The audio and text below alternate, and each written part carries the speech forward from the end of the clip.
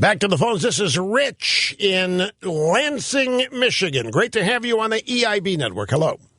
Hi, Rush. Thank you for taking my call. It's a real honor. And also, Merry Christmas to you and Catherine. Thank you so much. I wanted to weigh in on this Phil Robertson thing. In my experience, I have found that if somebody has an opinion and they truly believe it in their heart of hearts, whether it's with the mainstream or against it, they're going to hang on to it. They'll discuss it with people, maybe try to convert someone to their way of thinking. But in the end, if it's not affecting them directly, they're going to live and let live.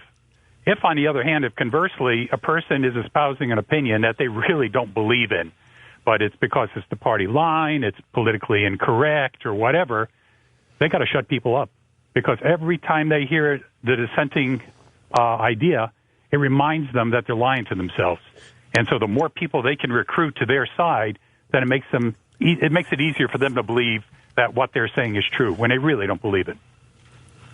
I think you're on to something. It's akin to the point I made earlier that these people concoct a world that is a dream. It's a utopia. Only they have a combination of thinking it exists and hoping for it to exist.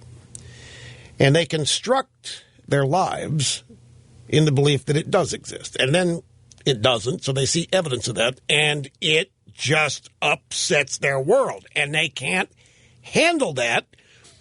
And so whoever is responsible for upsetting the dream has got to be shut up or dispatched or what have you. I mean, the left, liberals do not believe in live and let live on any subject. They are not tolerant. They don't have any. They don't practice it. There is no tolerance on the left whatsoever. It has got to comport and conform to what they think or whoever is in trouble. But I know what you're saying. Their little belief system is made up of things they know that aren't true. But they want them to be.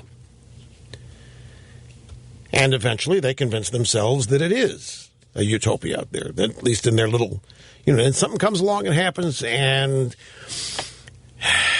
the imperfection of man ends up being illustrated, and it just disappoints them and shocks them and angers them.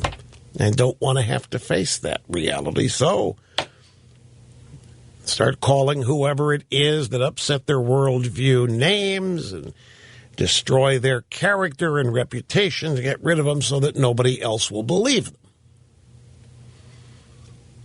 So I get these are people that basically cannot face the truth. And in the process, they construct a little dream world. Now, this is, by the way, this is not the leaders of the left, Obama and these guys. They're not. I'm talking about their brainwashed voters and followers. There are many different degrees of leftists, and I'm not talking about the leaders. I'm talking about the pajama guys. Back after this. Don't go away.